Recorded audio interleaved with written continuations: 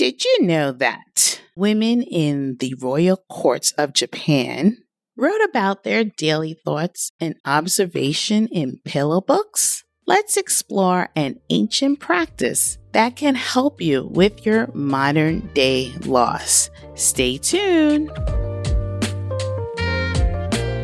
Welcome to Overcoming Grief, a show for women experiencing profound grief and looking for support in healing and transforming their lives. If you are ready to heal after a loss, create a new self-identity, take responsibility to do the hard things, and get massive results in your life, this show is for you. Now, here's your host, Master Grief and Life Coach, Sandy Linda. Hello, everyone. I hope you all are having a delightful month of May. It's been exciting. We've been having some nice weather out here. It's been enjoyable and all. Before I get on to the pillow book, I just want to briefly give you a reminder. Would greatly appreciate it if you could rate and review my show. Your feedback is invaluable as it helps me reach and support more individuals who, like you, are looking to move beyond the pain of grief and develop a purposeful life. By sharing your thoughts and experiences, you are precious to our community. You're helping us all grow and live with intention. Thanks for being a part of it. Now, let's get to it. So, in the top of the show, I talked about pillow books. And pillow books were diaries used by ancient Japanese noblewomen to record daily thoughts. In the 10th century, it was fascinating how keeping a diary under your pillow had such rich history. And it's no wonder when I used to see my sister write her journal back in our younger years, she would put it underneath the pillow. Now I have the idea where pillow book comes from. So, fun fact for you. So, journaling has evolved into a powerful tool for mindfulness, self-reflection, and goal setting. There's something truly holistic about putting your thoughts on paper and seeing them take shape. Think about it. Journaling allows you to document personal experiences, reflect on thoughts and emotions, and better understand yourself. Today, I'll discuss grief journaling, a helpful coping tool for those grieving a loss. I'll cover common challenges, overcoming resistance, and finding the right format, prompts, and exercises for healing. Stay until the end for a special Mother's Day prompt. My dear listeners and our high-achieving women, grab your journal and let's embark on this sacred journey together. I wanted to share grief journaling with those who struggle to write. If you need to get things out of your head when no one is available, grab a notebook and label it Grief Journal and get your gel pens out. Get those colorful gel pens. I love those. Grief journaling offers unique benefits compared to other coping strategies. Yes, you have your fellow grieving advocates, your bereavement counselors, but your journal is a safe space to reflect and process complex feelings, especially during grief. Through writing, you can release emotions and find healing and peace. Despite lingering sadness, you find meaning in suffering and feel connected to those you lost. Journaling liberates you, lighting the way through grief. When your heart aches and grieves over a loss, such as the loss of a parent or sibling, you find yourself navigating one of life's most challenging journeys. It's a journey marked by waves of overwhelming emotions, moments of profound sadness, and a heaviness that seems to settle deep within your soul. In the face of such immense pain, it's natural to shut down, internalize your feelings, and carry the weight of your grief in silence. But here's the thing about grief. It has a way of digging itself deep within you like a hidden treasure waiting to be dug out. You may try to bury your feelings beneath layers of distractions or busyness, but the pain remains, boiling just beneath the surface, waiting to be acknowledged and expressed. The truth is, the heaviness we carry doesn't just scatter over time, it remains festering in the shadows until you rally the courage to confront it head on.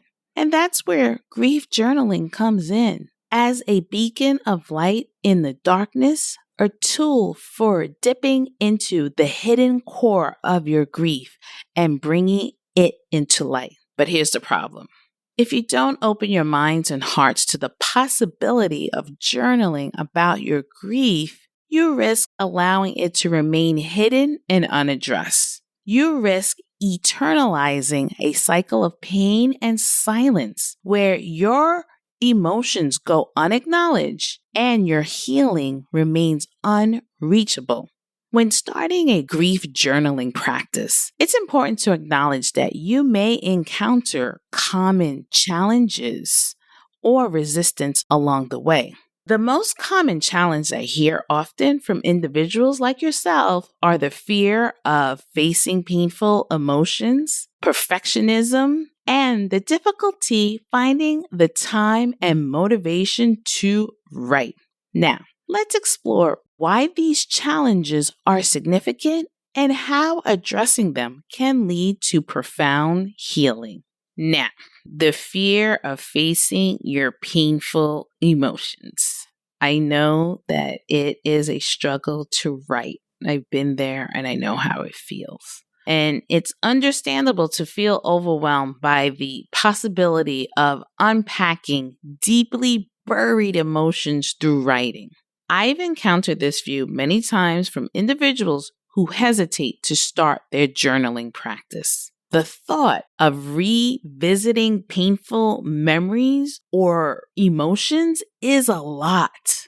Imagine waking up each morning with a heavy weight pressing down on your chest, the weight of unspoken words, unresolved feelings, and buried pain. You go about your day with a thick smile on your face, but inside, you're drowning in a sea of sorrow. Reminders of your loss hide in the shadows everywhere you turn, waiting to ambush you when you least expect it. The sight of a familiar face and the sound of a song are painful reminders of what you lost and can never reclaim. And so you do everything in your power to avoid facing the pain head on. You distract yourself with work, social obligation, and anything that will keep the darkness at bay. But no matter how hard you try to outrun it, grief always finds a way to catch up with you in the end. You're afraid of what you might find creeping in the core of your own feelings, fearful of the darkness that threatens you to swallow you. You're scared of facing the pain head on, of allowing yourself to feel the extent of your sorrow. But deep down, you know that running from your grief will only prolong the pain and delay the healing process. I've learned valuable techniques for gently exploring and processing difficult emotions in a safe and supportive manner through my own experience and guiding others. So stay tuned. Another challenge is perfectionism. The relentless pursuit of perfection can become a double-edged blade for high-achieving women navigating grief, slicing through your healing journey with self-criticism. You are accustomed to excellence in every aspect of your lives, from careers to personal relationships, and you hold yourself to high standards. But when faced with the messy, erratic emotions of grief, your perfectionism can be stuffy and rooted in self-doubt. Every journal entry becomes a battleground, a chance for your inner critic to unleash a storm of judgment. You may feel pressure to write perfectly or fear critique about your skills. You may worry that your journal entries won't meet expectations or you'll make mistakes. Perfectionism becomes a shield to protect yourself from the raw intensity of your emotions. The burial of your pain goes beneath a mountain to-do list and achievements, hoping that if you stay active enough, you can outrun the grief that threatens to consume you.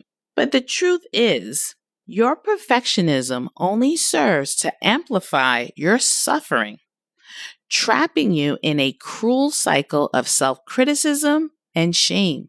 Your inner critic becomes a prisoner of your own expectation, unable to let go of the need for control and certainty. And as you strive for an impossible ideal of success, you lose sight of the messy, imperfect beauty of the healing process. Recognize that perfection is not the goal of grief. Another challenge for our high-achieving women stumbling with grief is finding the time and motivation to journal. It can feel like an impossible hurdle in the middle of chaos. Every moment is accounted for, and every task is strategically planned and executed with precision. You juggle demanding careers, family obligations, and social commitments, leaving little room for self-care or soul searching.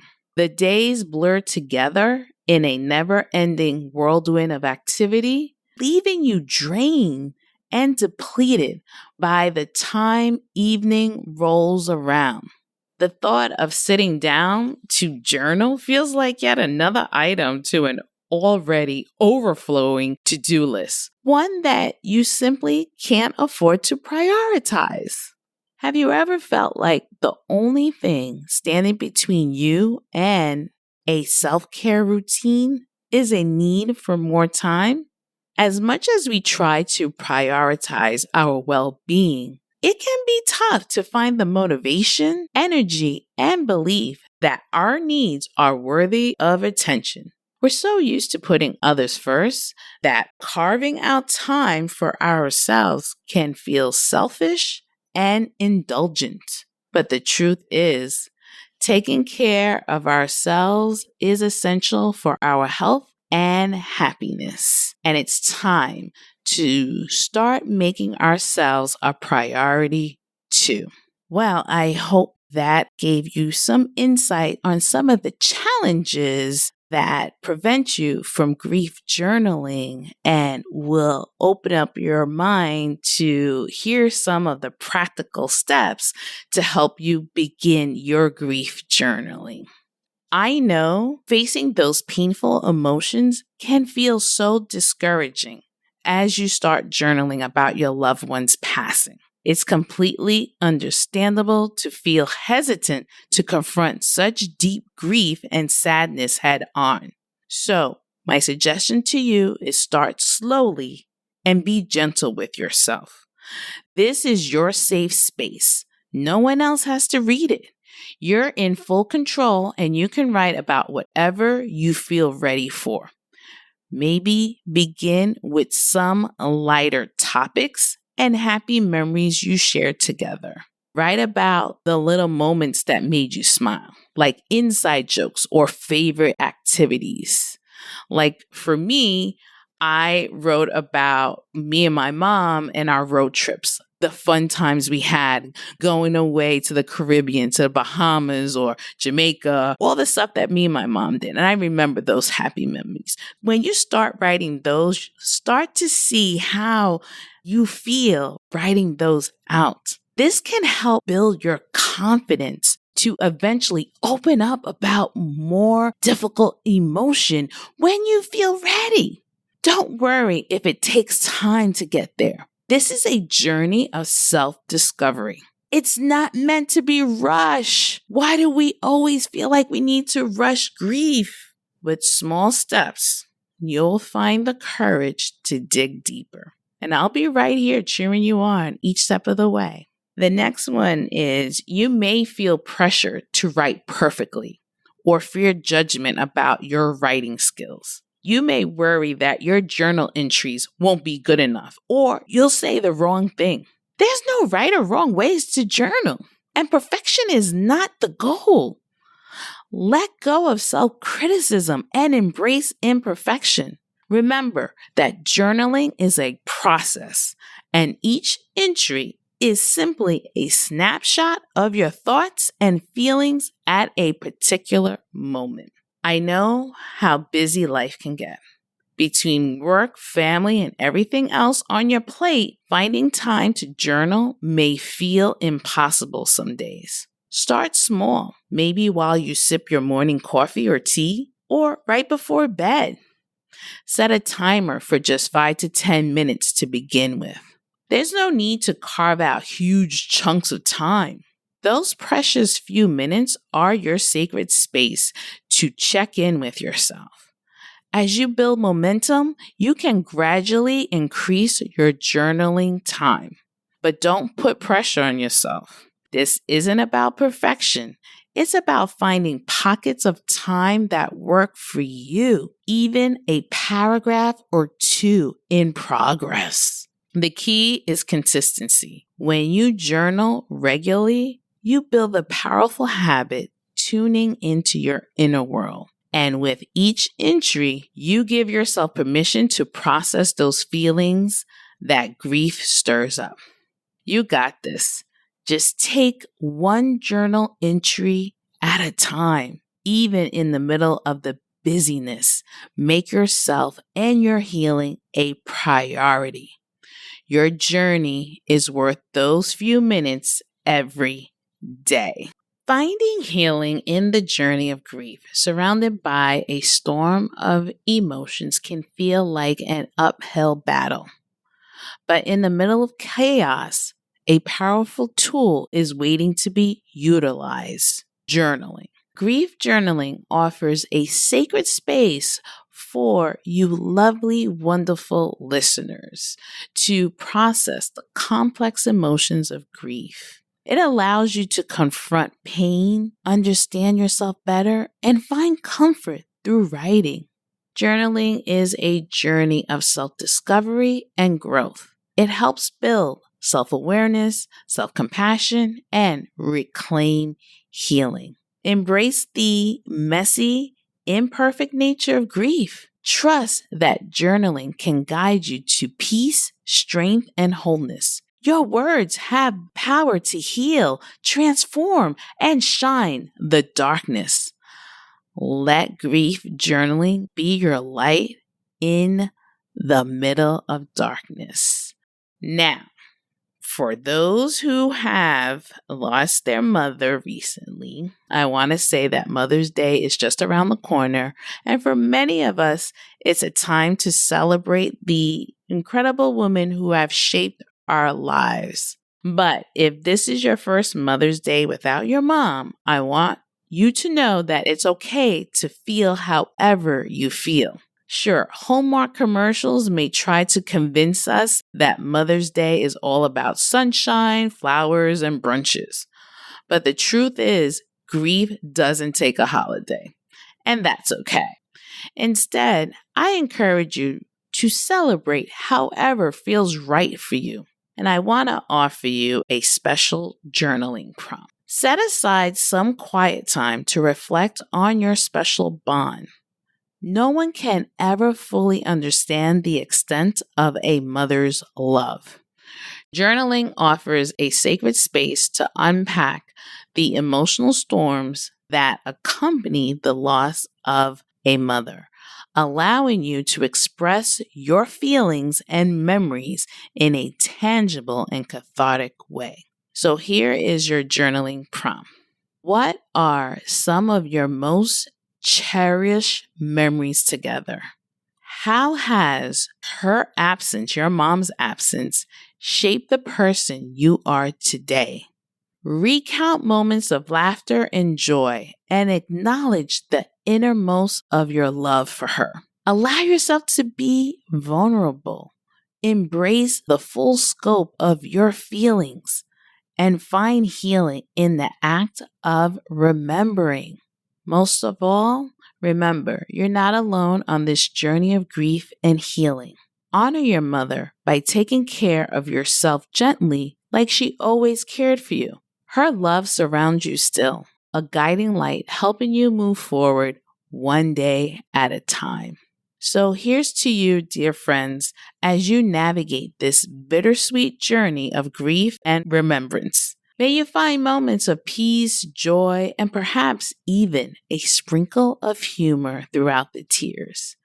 And may you always carry your mom's love with you today and every day. Well, this was a very special episode for you all, and I hope you enjoyed this part of this journaling and had a pretty good idea what you can work on when it comes to writing out those hardcore feelings. Because in the end, it doesn't have to start with the hard feelings that you're angry or mad. You can start small by the laughter. Start there and work your way through. Well, anyway, thank you so much for listening, and I will catch you on the next one. Bye. Thanks for listening to today's episode of Overcoming Grief. If you're ready to move into a new, rewarding life experience and want more information about how to work with Sandy, visit www.sandylinda.com.